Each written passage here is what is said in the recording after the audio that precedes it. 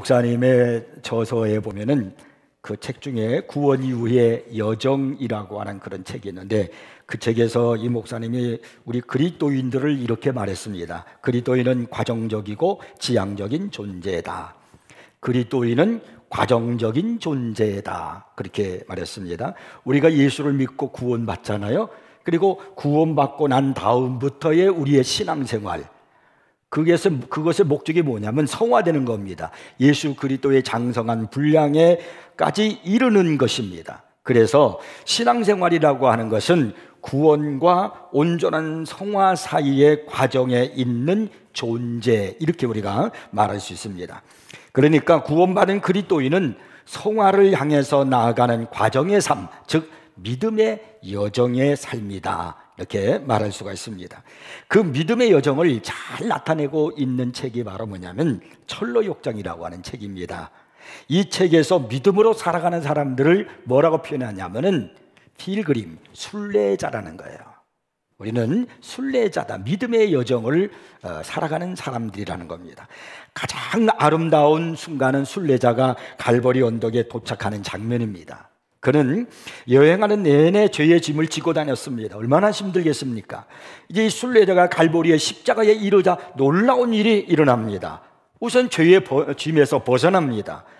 그러고는 빛나는 천사들을 만납니다. 새벽의 천사, 아침의 천사, 저녁의 천사를 만납니다. 첫 번째 천사가 말합니다. 아들아, 그대가 용서를 받았다. 그러고는 이마에 표시를 합니다. 두 번째 천사가 누더기 걸치고 있는 그 순례자에게 새 옷과 샌들을 건네줍니다. 그래서 세 번째 천사는 두루마리를 줍니다. 천성문으로 가는 지도입니다. 그리고 이 순례자는 세 가지 놀라운 행동이 차례로 일어나기 이제 시작을 합니다. 옛 삶은 새로운 유산으로 바뀌는 겁니다. 이마의 표시가 바로 그런 뜻입니다. 두 번째 선물은 하나님의 자녀라는 새로운 신분이 주어졌습니다. 그리고 세 번째는 순례자가 인생의 마지막 목적지에 도착할 때까지 남은 여행을 안내하는 지도입니다. 인생의 지도는 여러분이 누구의 사람인지를 전제하는 데서 시작됩니다. 십자가에 이른 여러분은 하나님의 자녀라는 것, 여러분의 주인은 여러분이 아니라는 것을 아는 것이 첫 번째 전제 조건입니다. 거기서 여러분은 자신이 아니라 하나님을 위해서 사는 것입니다.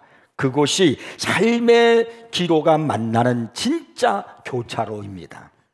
그 다음 단계는 이제 순례자가 새 옷을 이제 선물을 받은 것처럼 삶에서 일어나는 변화입니다. 하나님의 자녀라고 말하는 것으로는 부족합니다.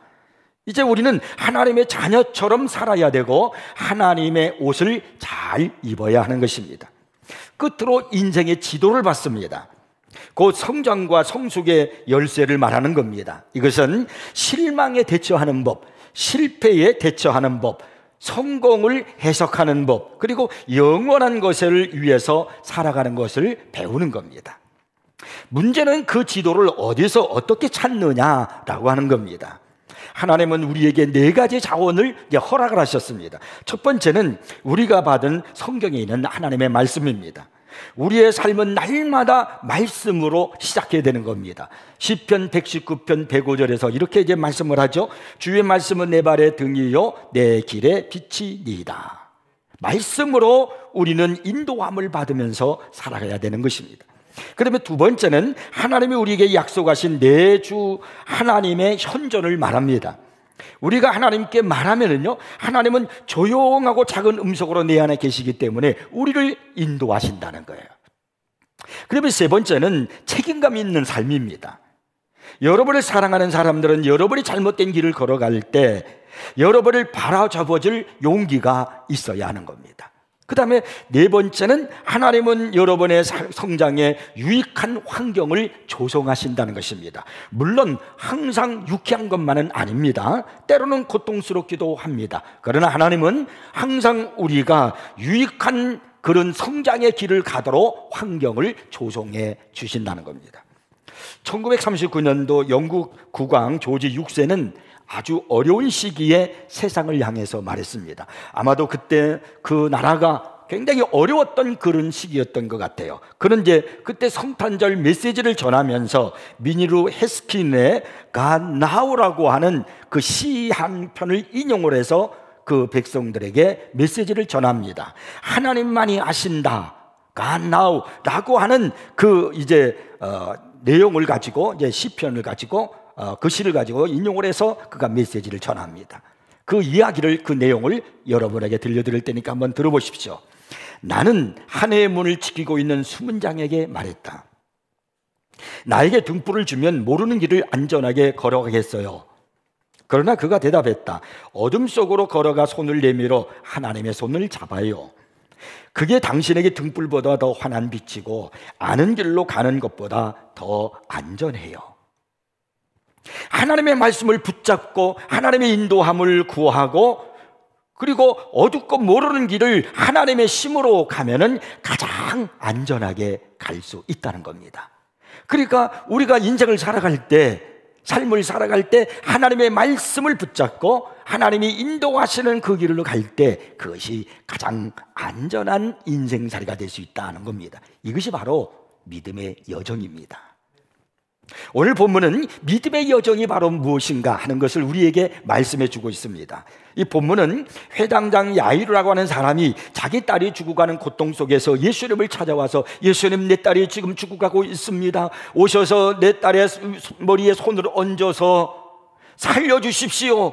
이렇게 주님께 간절히 간곡하게 간구하고 그리고 주님과 함께 집으로 가는 그런 여정을 기록하고 있는 그런 내용의 말씀입니다. 회당장 야이로가 예수님과 함께 자기 딸을 살리기 위해서 가고 있는 이 모습은 오늘 우리가 예수님과 함께 살아가는 믿음의 여정과 같은 겁니다. 우리의 믿음의 최종의 목적지가 무엇일까요? 우리 믿음의 여정, 믿음의 그 여정, 믿음의 최종의 목적지, 로마서 1장 17절에 보면은 오직 의인은 믿음으로 말미암아 살리라는 그런 말씀처럼 지금 우리는요 믿음으로 사는 그 길을 걸어가고 있습니다. 자, 그렇다면 그 믿음의 끝은 어디일까요? 무엇일까요? 그것은 우리의 부활에 있는 겁니다. 우리가 부활하고 난 다음에는 모든 믿음의 여정은 끝나는 겁니다. 물론 우리가 생명을 다하고 주님께서 부르실 때가 있어요. 그때도 물론 믿음이 끝나지만은, 그러나 만약 주님께서 내가 살아있는 동안에 이 땅에 재림하신다면은 그때 우리는 변화되어서 영원토록 주님과 함께 할 겁니다. 천국에서는 더 이상 우리의 믿음이 필요하지 않습니다. 천국에서 우리의 삶은 하나님을 향한 찬양과 경배밖에 없어요. 다시 말씀드리면 예배드리는 그런 삶밖에 없다는 것입니다. 본문의 야이로의 믿음의 여정을 보십시오. 그가 예수님을 소망하고 예수님과 함께 집으로 가는 그 여정 속에서 여러 가지 문제들을 만나지만은 야이로의 믿음의 목적은 자기 딸을 살리는 데 있었습니다. 예수님께서 집에 도착하여 죽은 야이로의 딸을 이제 손을 잡고서 달리다고 하니까 그 소녀가 곧 일어나 걸었더라고 그렇게 성경은 기록하고 있잖아요. 다시 살아난 것입니다. 여러분, 본문에서 우리가 신앙생활을 하면서 믿음으로 살아가는 여정 속에서 어떤 일들이 일어나고 또 우리는 그러한 환경 속에서 어떤 믿음의 태도를 취해야 하는가 하는 것을 배워야 하는 겁니다. 지금 우리는 믿음의 여정의 삶을 살고 있기 때문에 그렇습니다. 자, 그러면 믿음의 여정에는 어떤 것들이 있을까요? 첫째는 주님 앞에 엎드리는 여정이 있습니다. 그것이 오늘 본문 22절, 23절에 기록되어 있는 말씀입니다. 회당장 중에 하나인 야이로라는 이가 와서 예수를 보고 발 아래 엎드려 많이 간곡히 구하여 이르되 내 어린 딸이 죽게 되었사오니 오셔서 그 위에 손을 얹으사 그로 구원을 얻어 살게 하소서.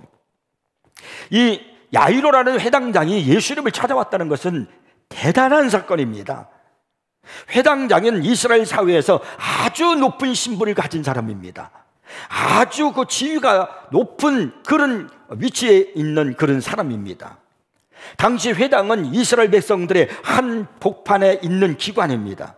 단순한 종교적인 기능만을 발휘하는 그런 것이 아니라 더 많은 사회적인 기능을 수행하고 있었던 그것이 바로 회당입니다. 회당은 학교의 역할도 했고 재판소의 역할도 했습니다. 그래서 회당장은요 사회적인 명예와 존경심이 뒤따르고 있었습니다. 그런 신분을 가진 사람이 예수님을 찾아왔다? 이것은 굉장한 일이 아닐 수가 없습니다.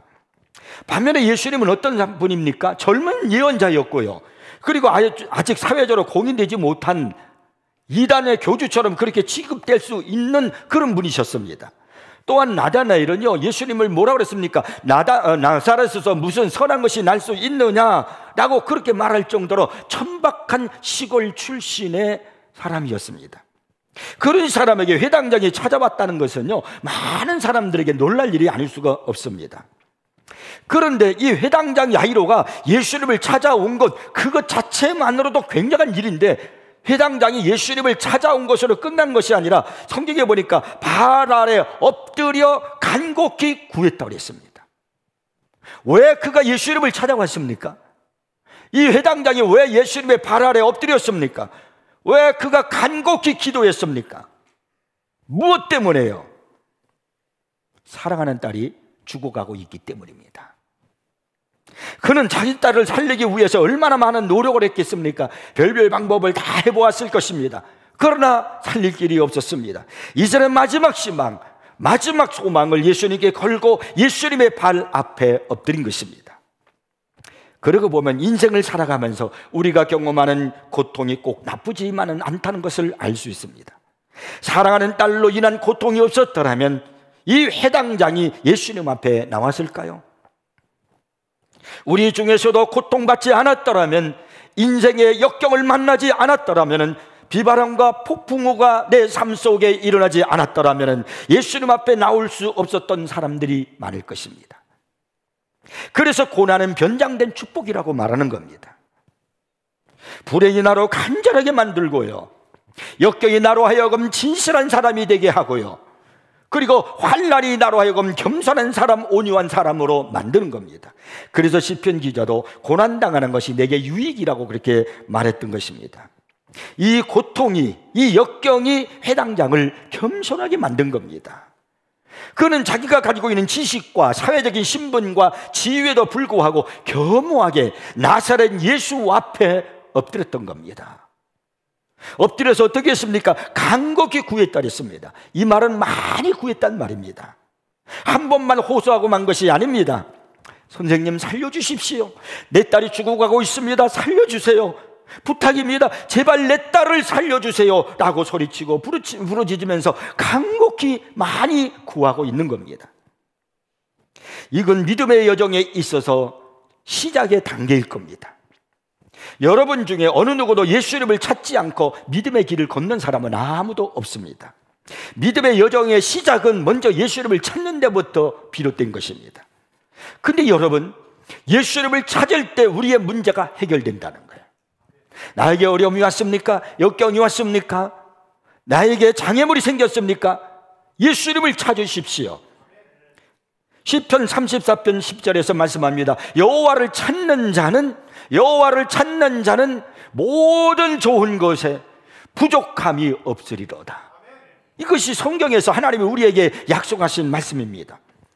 여러분, 복음서를 보십시오. 인생의 문제를 해결하기 위해 예수님을 찾았던 많은 사람들은 전부 다 자신의 문제를 해결받았습니다.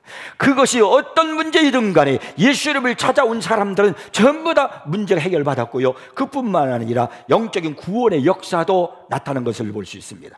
그 대표적인 예로 우리는 삭개오를 들 수가 있습니다. 그는 여러분이 잘 아시는 대로 여리고의 세리장이었고 부자였습니다. 그러나 그에게는 남모른 허탈과 인생의 참 만족을 얻지 못하고 늘 고뇌 속에 살고 있었습니다. 그는 높은 지위에 오르는 이런 것을 모든 사람들이 목적을 삼고 있는데 거기에 다다른 사람입니다. 그리고 모든 사람들이 오늘도 그것을 위해서 뛰고 땀을 흘리고 그리고 살아가는 그 부를 이 삭개오가 다 차지하고 있던 그런 사람이었습니다. 그러니까 모든 사람들이 다 소망하며 쫓아가고 있는 그 꿈을 다 지니고 있는 사람이 바로 이 삭개오였습니다. 그런데도 인상하게, 그렇다고 하면 즐거워야 하는데, 행복해야 되는데 행복하지 못했습니다. 즐겁지가 않았습니다. 기쁨이 없었습니다. 그러다가 예수님이 여리고에 들어오신다는 소식을 듣고 예수님을 보고자 해서, 예수님을 찾고 싶어서 그가 돌무화과 나무 위로 올라갔습니다. 예수님께서 그 돌무화과 나무 밑으로 의도적으로 오셨겠죠. 그리고 삭개오를 보시고는 말씀합니다. 삭개오야, 속히 내려오라. 내가 오늘 내 집에 유하여야 하겠다. 그래서 삭개오가 내려와서 예수님을 모시고 집으로 들어가지요. 근데 그때 그 장면, 삭개오가 돌무화과에서 내려올 때 그 장면에 대해서 여러분 삭개오의 마음이 어떠했는지 이해하시겠습니까? 누가복음 19장 6절에 보니까 성경은 삭개오의 마음을 이렇게 소개하고 있습니다. 급히 내려와 즐거워하며 영접하거늘. 이 단어를, 이 말씀을, 구절을 세 개로 구분해서 우리가 생각해 볼 수 있습니다. 급히 내려와. 머뭇거리고 있질 않았어요. 예수님을 찾고 예수님을 만나는데 지체하지 않았습니다. 급히 내려왔습니다. 그리고 즐거워했다 그랬어요. 이렇게 즐거움을 만난 적이 없어요. 그렇게 높은 지위를 얻었는데, 그 많은 부를 얻고 있는데도 그는 즐거움이 없었어요. 그런데 그날 얼마나 즐거웠을까요? 그리고 영접했다는 것은 행복함이 아니겠습니까? 지금까지 삭개오가 이렇게 살아온 적이 없었습니다. 세리장이 되었을 때도 이런 즐거움을 누린 적이 없었습니다. 그가 부를 누렸을 때도 이렇게 기쁨을 얻은 적이 없었습니다. 그런데 예수님을 만나고 난 다음부터는 그가 즐거워하면서 마음속에 행복감이 넘쳤다는 거예요. 이것이 예수님을 만나고자 했던 삭개오의 마음과 행동이었던 겁니다. 이 예수님을 만난 삭개오가 예수님을 향해서 그가 이렇게 고백을 하지요. 주여 보시옵소서, 내 소유의 절반을 가난한 자들에게 주겠사오며 만일 누구의 것을 속여 빼앗은 일이 있으면 내 값전이라 갚겠나이다. 지금까지는 부를 갖기 위해서 돈을 모으면서 갈취하면서 살아왔단 말이에요. 좀 더 많은 돈을 벌기 위해서 재테크하면서 어떤 수단과 방법을 거리지 않고 부를 얻기 위해서 그가 살아왔단 말이에요. 인생의 행복이 거기에 있는 줄 알고요. 그러나 기쁨이 없었어요. 행복이 없었어요. 그러나 예수님을 만나고 보니까 진정한 인생의 기쁨이 무엇인 줄 알았습니다. 그래서 그는 자기가 가지고 있었던 그 많은 재산의 절반을 잘라서 내 재산의 절반을 가난한 자들에게 나눠주겠습니다. 내게 나무의 것을 토색한 일이 있으면 속인 것이 있다면 4배나 갚겠나이다. 이것이 예수님을 만난 자의 고백이고요. 얼마나 즐겁고 행복했으면 이 삭개오가 그런 고백을 할 수 있었겠습니까? 그때 예수님께서 삭개오를 향해서 이렇게 말씀합니다. 오늘 구원이 이 집에 이르렀으니 이 사람도 아브라함의 자손임이로다. 영혼의 구원까지 선포되는 역사가 있었습니다. 잠언서 8장 17절에 보니까 나를 사랑하는 자들이 나의 사랑을 입으며 나를 간절히 찾는 자가 나를 만날 것이라고 이렇게 말씀합니다. 먼저 여러분, 예수님을 찾는 것이 중요합니다. 하나님을 찾고 만나는 것이 중요합니다. 회당장 야이로가 예수님을 찾고 구하다가 문제 해결을 받았습니다. 삭개오도 예수님을 찾고 그리고 예수님을 만나서 인생의 진정한 행복과 기쁨과 즐거움이 무엇인지를 알게 되었습니다. 예레미야서 29장 13절에 보니까 너희가 온 마음으로 나를 구하면 나를 찾을 것이요 나를 만나리라고 말씀합니다. 온 마음으로 나를 구하면, 온 마음으로 주님을 찾으십시오. 온 마음으로 주님을 구하시기를 바랍니다. 그래서 주님을 만나셔야 됩니다. 이것이 믿음의 여정에 가는 길이에요.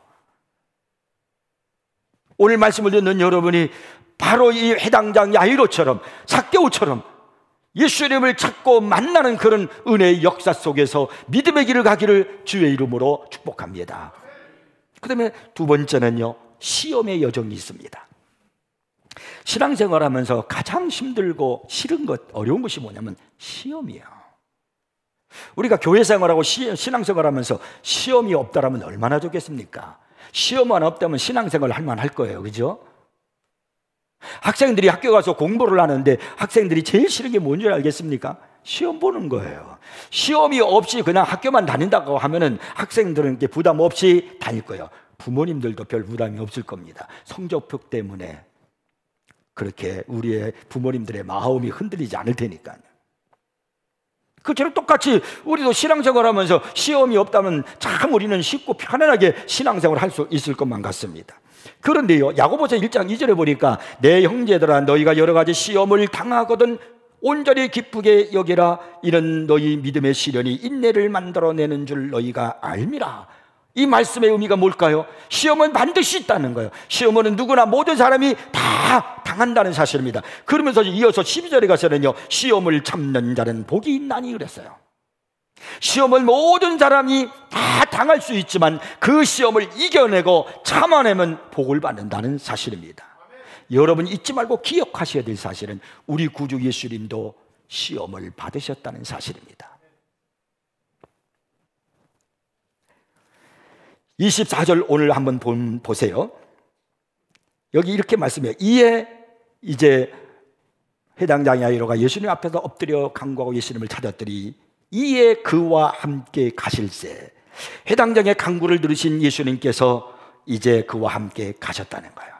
아마도 제 생각에는 그런 생각이 떠올라요. 그때 이 회당장의 발걸음은 찬송가 430장에 있는 가사처럼 주와 같이 길 가는 것 즐거운 일 아닌가. 주와 같이 길 가는 것 즐거운 일 아닌가. 그러면서 곧 갔을 것 같아요.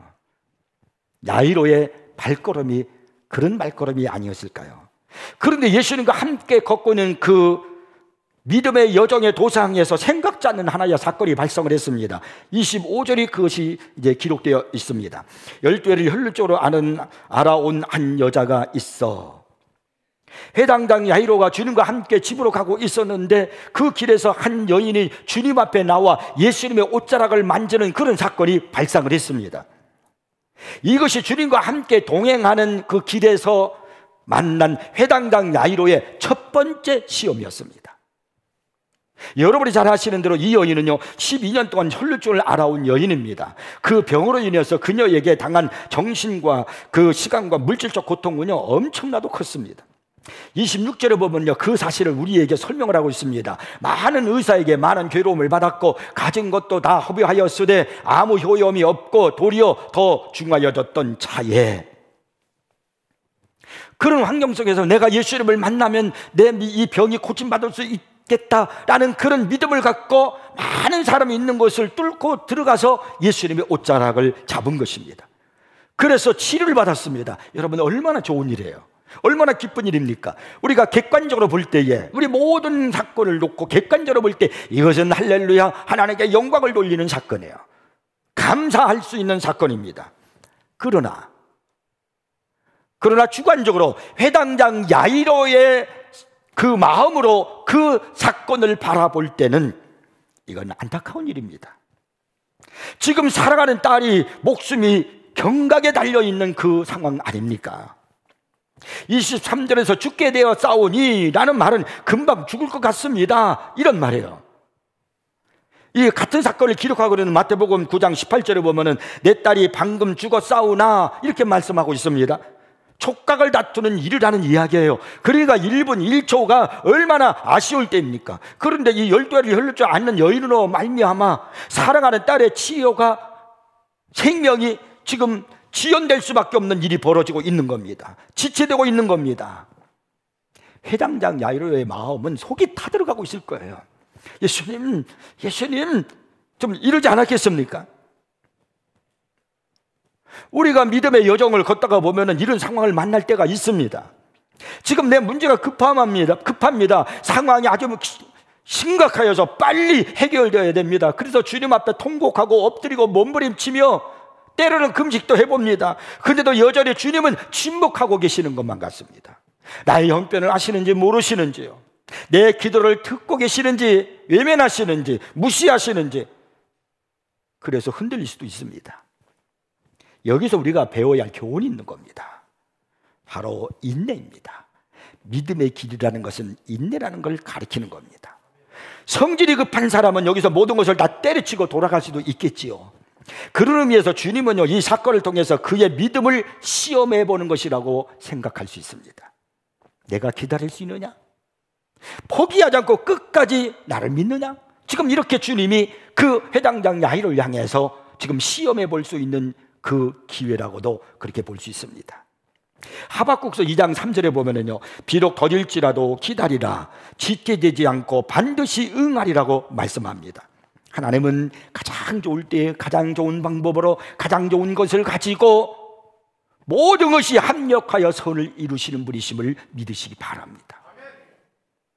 그래서 우리는요, 어떤 상황에 부닥쳤을 때, 그래서 내가 주님을 찾고 간구하고 매달렸다 할지라도 내가 원하는 시간에 내가 원하는 방법대로 이루어지지 않는다고 흔들리지 마십시오. 초조하지 마시고요, 당황하지 마십시오. 가장 좋을 때 역사하십니다. 우리 하나님은 지체되지 않고 반드시 응답하시는 분이십니다. 35절 한번 본문을 보세요. 아직 예수께서 말씀하실 때에 회당장의 집에서 사람들이 와서 회당장에 이르되 당신의 딸이 죽었나이다. 어찌하여 선생을 더 괴롭게 하나이까? 회당장이 갑자기 청정병력 같은 소리를 듣게 됩니다. 회당장 야이로에게 찾아온 두 번째 시험입니다. 자신의 집에서 온 사람들이 지금 딸이 죽었다는 겁니다. 그러면서 어찌하여 선생을 더 괴롭게 하나이까? 라고 말하고 있습니다. 시간상 늦었다는 겁니다. 시간상 늦었습니다. 죽었어요. 늦었습니다. 지금 그런 이야기예요. 회당장은 오직 예수님 한 분만 바라보고 지금까지 기다렸습니다. 회당장은 예수님을 믿었기 때문에 모든 체면이나 위신을 다 내려놓았습니다. 그리고 예수님 발 아래 엎드려 간곡히 구하였습니다. 그래서 겨우 예수님을 모시고 집으로 서둘러 가고 있는데 딸이 죽었다는 소식을 듣게 된 겁니다. 여기서 회당장은 예수님께 실망했을지도 모릅니다. 그는 아마 이런 생각을 가졌을지도 모릅니다. 지금 딸이 죽어가고 있기 때문에 예수님 앞에 달려왔는데, 딸을 먼저 살려놓고 난 다음에 혈루증 여인과 이야기하셔도 될 텐데, 지금 거기서 뭘 하고 계시는 겁니까? 누가 내 옷에 손을 대었느냐? 제자들이 사람들이 많아서 이름 읽고 절미는데 옷에다 손을 댔다고 이렇게 말씀하시는지, 아니라 내게서 능력이 나갔느니라. 뭐 그렇게 지금 말씀하실 시간이 어디 있습니까? 내 딸이 죽어가나이다. 예수님, 이렇게 지금 여기서 이야기하면서 지금 지체하실 시간이 없어요. 예수님, 조금이라도 예수님이 내 사정을 이해한다면 길에서 조금이라도 또 빨리 움직이시든지, 아니면 뛰어서라도 딸부터 살려주시고 그리고 12회의 혈루증 여인을 고쳐주시든지 할 것이지, 왜 지체를 이렇게 하십니까? 죽어가는 내 딸이 급하지, 12년 혈루병 여인이 지금 죽어가는 거 아니지 않습니까? 내 딸을 먼저 살려주시고 그리고 난 다음에 와서 이 12년 혈루병 여인의 병을 고쳐주셔도 되지 않겠습니까? 얼마든지 그렇게 생각할 수 있잖아요. 야이로의 입장이 난처해졌습니다. 딜레마에 빠진 겁니다. 어떻게 하면 좋겠습니까? 그래도 모시고 가야 됩니까? 말아야 됩니까? 딸이 죽어가는 것을 보고 간 아버지의 마음은 무릎을 꿇었지만 죽었다는 말을 듣고 예수님을 모시고 갈 것이냐 말 것이냐에 대한 문제가 발생한 겁니다. 그때 예수님께서 딜레마에 빠져 있는 회당장을 향해서 이렇게 말씀합니다. 36절에요. 예수께서 그 하는 말을 곁에서 들으시고 회당장에게 이르시되 두려워하지 말고 믿기만 하라. 회당장은 예수님의 이 말씀을 듣습니다. 예수님께서 회당장에게 딱 두 가지를 말씀한 거예요. 두려워하지 말라, 믿기만 하라. 먼저 예수님은 두려워하지 말라고 하십니다. 야이로에게 왜 두려움이 왔습니까? 두려워하지 말라는 건 두려움이 왔다는 거예요. 왜 왔습니까? 집에서 온 사람들이 당신의 딸이 죽었다는 소리를 들었기 때문입니다. 사람들이 하는 소리에 흔들리지 말라는 거예요. 내가 있지 않냐는 거예요.